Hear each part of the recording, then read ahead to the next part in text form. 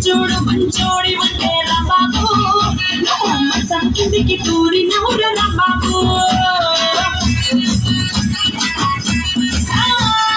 ఇంట్లోకి రమ్మంటే నిండు రాంబాబు అదే ఇల్లకి పందిరి వెచ్చవి రాబాబు